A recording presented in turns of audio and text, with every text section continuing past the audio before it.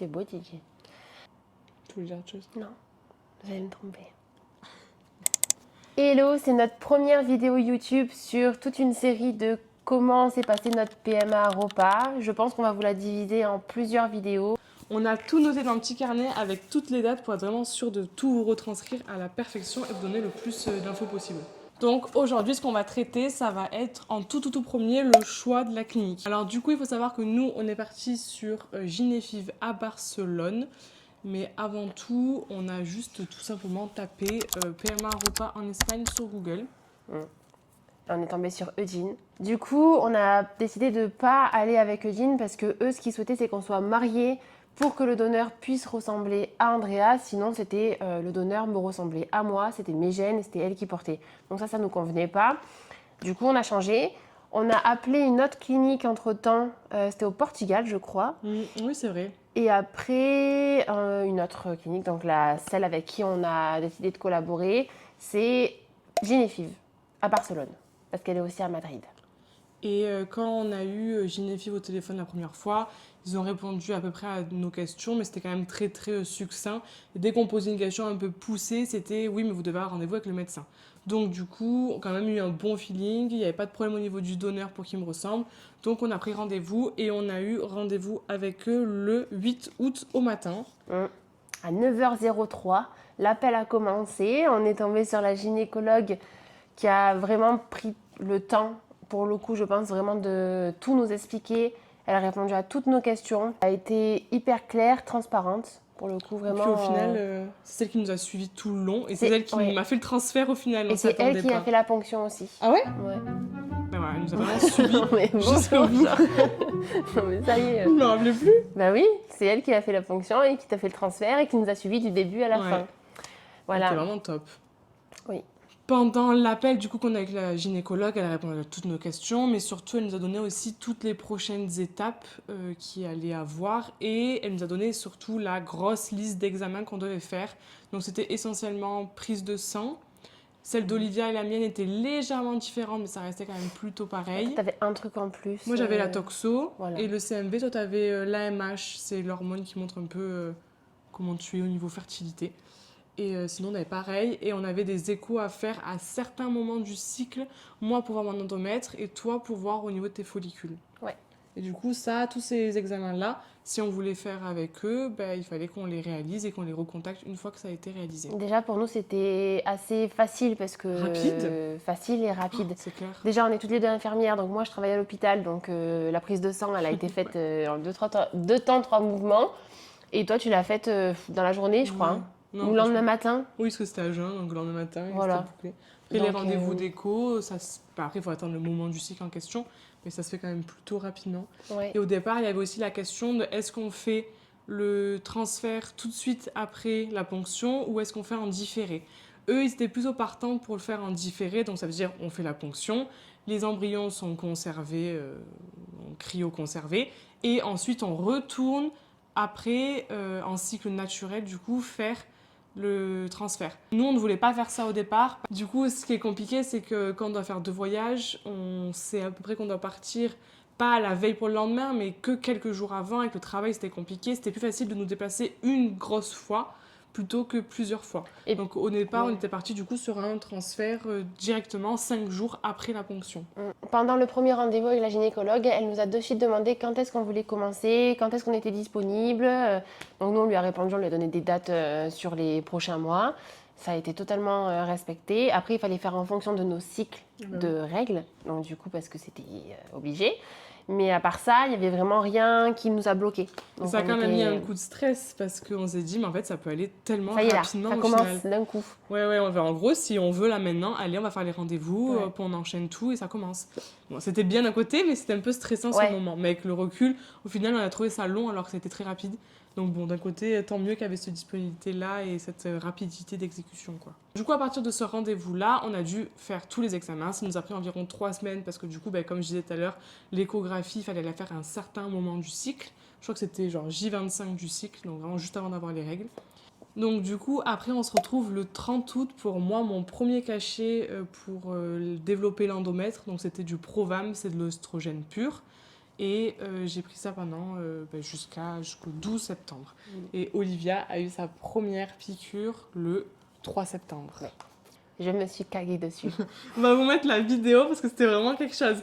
La fille est infirmière. La fille fait des piqûres toute la journée. Oui, c'est vrai en plus. Ah, c'était une catastrophe. Oui. Ça, la vidéo, on va vous la couper parce qu'elle peut durer, je crois qu'elle dure peut-être genre 7 ou 8 minutes avant qu'on réussisse à faire la piqûre. Oui, c'était une catastrophe. Mais j'ai réussi. Bon, on a la piqûre. On a l'aiguille sur la piqûre. Partage tes émotions à la caméra. Le 3 septembre 2025. Il est 20h35, on est un petit peu en retard. Un petit peu en retard. Demain, on fera 20h25. Non, mais il n'est pas 20h que tu m'as l'impression. 21h27. 21h27. Donc demain, il faudra qu'on fasse 21h20, puis 21h10, puis on fera 21h. Ouais. C'est moi qui pique? Et Ouais. toi qui désinfecte ou je fais tout? Tiens. Je fais tout. J'ai peur. C'est une piqûre et je suis infirmière quand même. Regarde, on désinfecte la zone. Je vous fais un cours pour les débutants. C'est très bizarre ce que je ressens. Tu ressens quoi? Je sais pas. J'ai peur. T'as peur de quoi? J'ai peur, c'est fou. On va devenir maman, je sais pas si. Mais vous pouvez pas vous en rendre compte parce que vous savez pas. Surtout que c'est un téléphone. Surtout que c'est un téléphone. Et j'ai peur là de la piqûre. Vraiment? Elle est quand même pas petite, hein.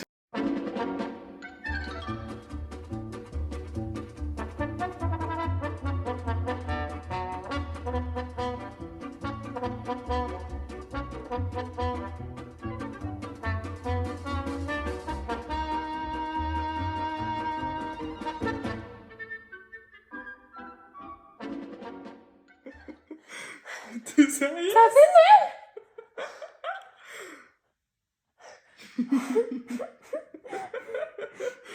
Non, c'est vraiment le plus grand cinéma de l'univers qui est créé. Vous avez vu la comédia dell'arte? C'est elle. Oh, mais on a fait notre piqûre. Eh ben, j'étais pas sans les émotions. Hein. Du coup, toi, t'avais une piqûre tous les jours à faire. Oui. Donc, à partir du 3 septembre. Et ensuite, tu as eu les échographies à faire Un le jour 8, sur deux. le 10 et le 12. C'est ça. En fait, j'ai eu mes piqûres et pour voir l'évolution des follicules, si elles grossissaient bien comme ils le souhaitaient, j'ai dû faire une prise de sang et une échographie un jour sur deux. Ouais. Jusqu'à ce qu'ils estiment que ce soit suffisant, que mes follicules soient bien de bonne taille. Ça a duré Mais jusqu'au 12. jusqu'au 12, donc une bonne dizaine de jours quand même. Hein. Bah, 9 jours pour être exact. Ouais. Il y a Et entre-temps, ouais. Vas-y. entre-temps, j'ai dû changer de traitement parce que j'étais sur Recovel. Recovel et je suis passée sur Fertistart Ouais. parce qu'en Mais fait, juste deux piqûres, je crois même pas. Les 2 dernières, un truc comme ça. pendant Je crois qu'à les 3 derniers l'échographie jours. du 10, ouais, je crois que l'échographie du 10, ils t'ont dit il faut que vous changiez dès ce soir. Donc il faut trouver une pharmacie qui te les donne pour le soir même. C'était un truc à conserver au frigo, enfin c'était une galère. Je crois que 10, 11, 12, du coup tu as fait Fertistart. Ouais, pendant 2 ou 3 jours, j'ai fait ces piqûres-là. Et parce qu'ils estimaient que c'était pas suffisamment gros, que ça évoluait pas assez bien, selon eux. Donc du coup, j'ai dû faire ça. Et du coup, le 12, donc dernière échographie, dernière prise de sang, et du coup, dernière piqûre, on reçoit le fameux mail tant attendu. Il faut savoir que ce 12-là, moi aussi, j'avais une échographie à faire pour voir l'endomètre. Donc, on leur a tout envoyé le matin. Ouais, ça, Et on leur a envoyé ton échographie, mon échographie sur les Et follicules nos et tout prises ça. de sang. Donc, et les prises de sang, on a vraiment tout envoyé, boum, le matin même. Ils nous répondent dans la journée. Et là, petite descente d'humeur. Ouais. En gros, ils nous ont dit que du coup, pour Olivia, c'était parfait. On allait pouvoir faire le 14 septembre à 23h pile la piqûre de déclenchement. Donc, on était trop contente. Sauf que quand on descendait de 2 lignes un peu plus bas le mail, il me disait que mon endomètre n'était pas du tout favorable et que on ne pouvait pas faire un transfert dans ces conditions-là. Il faut savoir que moi, toutes mes échographies, tout le monde m'avait dit c'est parfait, j'ai l'air d'avoir une très bonne fertilité, je suis jeune, en bonne santé, pas d'antécédents médicaux. Et là, d'un coup, j'avais un endomètre qui faisait 18 mm. Donc nous, on pensait que c'était bien, un bel endomètre bien épais, bien accueillant. En fait, c'était beaucoup trop et sa structure n'était pas apte à faire un transfert. Donc du coup, à ce moment-là, on m'a dit de prendre de la progestérone pour faire croire à mon corps que j'étais en fin de cycle alors que j'étais en début de cycle et pour pouvoir me programmer mes règles et annuler ce cycle qui n'était pas bon et que mon corps n'avait pas bien réagi à la stimulation. Parce que le fait que l'endomètre soit trop épais, bah, du coup, ils l'ont appelé hyper échogène. Et le fait que ce soit hyper échogène, bah, en fait, l'embryon ne peut pas se coller dessus, enfin se mettre sur l'endomètre. Donc ça a été un peu compliqué parce que ils nous ont quand même sorti un mot un peu fastidieux.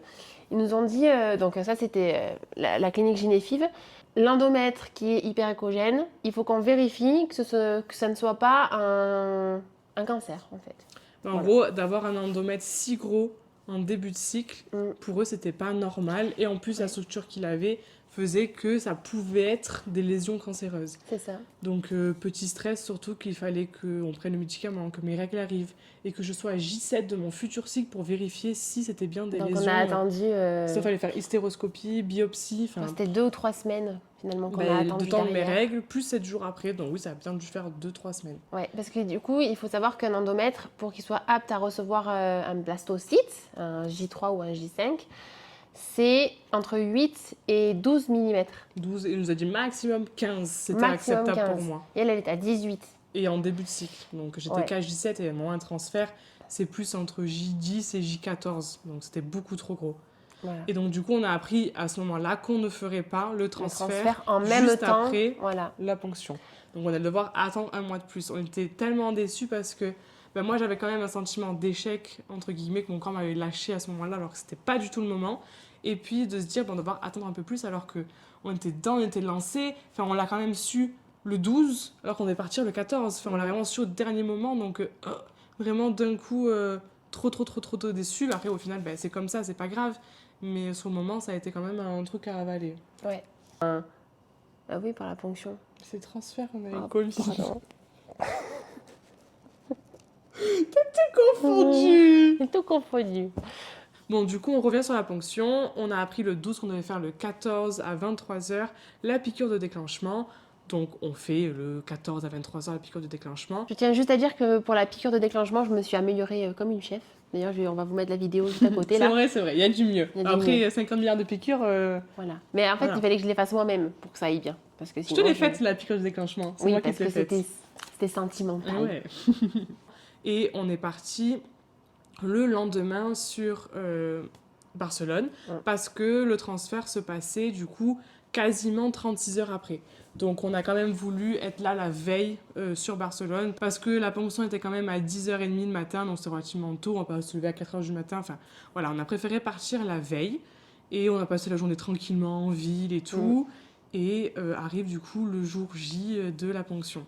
Donc du coup, on avait rendez-vous à 10h30, on arrivait un peu en avance à 9h45 et on est reparti du centre vers 13h.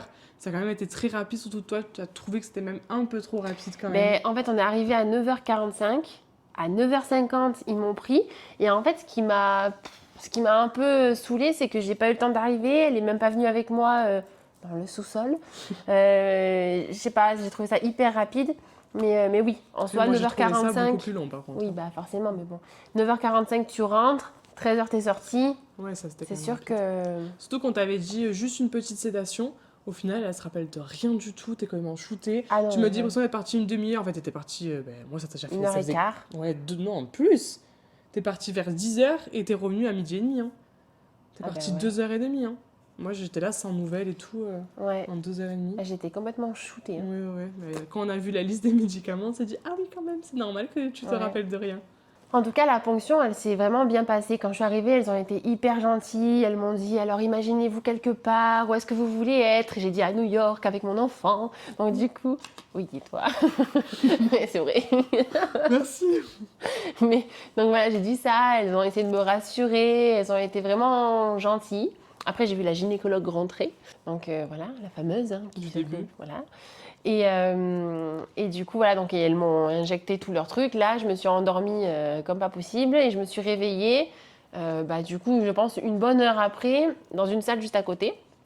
J'avais pas mal, j'étais plutôt bien. T'es shootée. J'étais shootée, au complet. Ils m'ont donné un petit biscuit, un verre d'eau. La fille, elle était trop sympa, je me rappelle encore d'elle. Enfin bon, bref. D'ailleurs, t'étais à jeun. On n'a pas précisé, mais pour y aller, t'étais à jeun. Ouais, j'étais à jeun, c'est vrai. Parce que de toute façon, tout anesthésie, normalement, t'es à jeun. Oui. Même si c'était pas général, réellement une vraie générale. On sait jamais si vous vomissez ou quoi, c'est pas terrible quoi. C'est ça. Donc j'ai à jeun. mangé un biscuit, j'ai bu un verre d'eau, ils m'ont fait remonter, je montais les escaliers, j'étais complètement à l'ouest. Et par contre, rapidement derrière, on est parti faire un restaurant, j'avais pas mal, pas de douleur. Et c'est juste le soir, ça a commencé à tirailler comme une douleur de règle fort désagréable.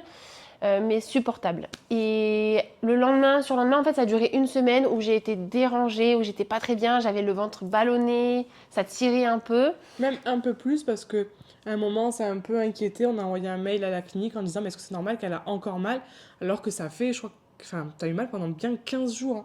Pas très fort, mais toujours une gêne. Et du Ouais. coup, faudrait que je retrouve le mail.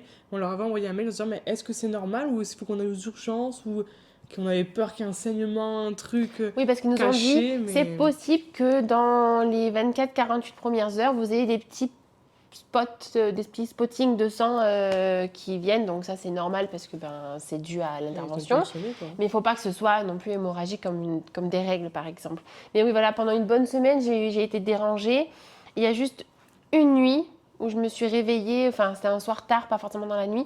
Je me suis réveillée et j'étais un peu... Ouais, t'avais mal. Ouais, j'avais super mal, je ne sais pas trop ce qu'il y avait. Je m'étais un peu inquiétée parce que j'avais l'impression qu'il y avait un gros ballon au bas de mon ventre et que ça me tirait. Je n'étais pas bien du tout. Et j'ai pris quelques médicaments pour m'apaiser. Et le lendemain, c'était fini.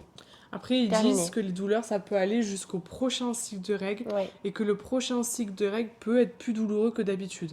Après, je pense que c'est pas une douleur qu'il faut trop anticiper et trop se stresser Oui. dessus parce qu'au final, ça se gère. Enfin, c'est Oui, pas... vraiment. C'est pas quelque chose de... Enfin, t'as pas à dire, oh là, quelle horreur, je Non. referai jamais ça. Enfin, Non, non, pas du tout. À refaire, je le referai 1000 fois déjà. oui. Et puis en plus de ça, oui, voilà, c'est totalement gérable. C'est Mm. pas, j'en suis pas du tout traumatisée. Ouais, c'est juste pas très Et puis il y a des personnes qui n'ont rien ressenti du tout. Ouais, c'est Donc, vrai. enfin voilà, chaque personne le vit différemment, quoi.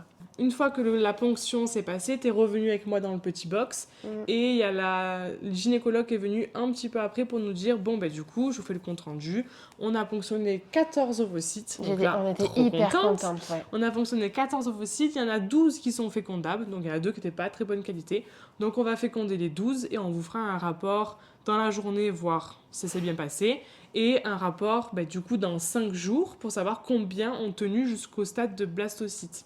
Parce que comme j'ai dit dans une vidéo TikTok, on a la possibilité de les laisser jusqu'à J3 ou de les continuer à les faire se développer jusqu'à un blastocyte à J5. Mais il faut savoir qu'un transfert d'un embryon de J3 a beaucoup moins de chances de tenir qu'un J5 parce qu'entre J3 et J5, il y a déjà une phase critique où la plupart peuvent mourir, enfin ne pas résister. Si on vous transfère un embryon J3 qui est destiné à ne pas tenir, c'est quand même très dommage. Alors qu'à J5, ils sont déjà plus stables et plus avancés. Et donc du coup, elle nous a dit ça, donc très contente, on en a 12, trop bien, on va manger au restaurant pour fêter ça. Et du coup, après, on est reparti directement dans l'après-midi, on a pris la route tranquillement pour rentrer à la maison. Toi, ça allait encore, t'avais pas trop de douleur, Oui, tout allait ça bien. allait. Et là, un mail. Attention. Bonjour Andrea Olivia. Voilà, sur les 12 ovocytes potentiellement fécondables, il n'en reste que 3 Qu'on a pu féconder. qu'on a pu Les autres, féconder. ils n'ont pas pu finalement. Voilà, donc les 9 autres, pas de bonne qualité. On Donc s'y attendait terminé. pas pour des patients jeunes et en bonne C'est santé, ça. on ne s'y attendait C'est pas, vraiment ça ne pouvait pas rare. être prévu. Voilà, c'était pas prévu, c'était rare. Pour des jeunes patientes comme vous, on est attendait désolé. Et sur les 3 restants, on espère qu'il vous en restera au moins un. Et dans le Sinon, meilleur des cas, 2. et dans le Sinon, meilleur il faut des tout cas, 2, recommencer. sinon il faudra tout Enfin, recommencer. on a appelé, parce que ça restait sur, on espère qu'il en restera au moins un. Ok, super, donc on les appelle. Attendez, on n'a pas compris, on s'est arrêté sur une aire d'autoroute en plus, en panique. Ouais. Voilà. Et on leur dit comment ça? Il me dit oui, on s'y attendait pas, le labo a dit ça, c'est comme ça. Et si jamais il vient ne pas en rester, il faut tout vous recommencer. Mais comment ça, tout recommencer? Tout recommencer depuis le Les début. piqûres, les Déjà, les échos, premières la échos, ponction, tout. tout. Et aussi, au passage, tout repayer. C'est quand même une sacrée somme et waouh, ça nous a vraiment mis un coup de massue. Surtout que, je vais vous dire ma phrase préférée que je répète absolument à tout le monde. Oui. J'ai demandé à ChatGPT de savoir combien de chances on avait d'en avoir un.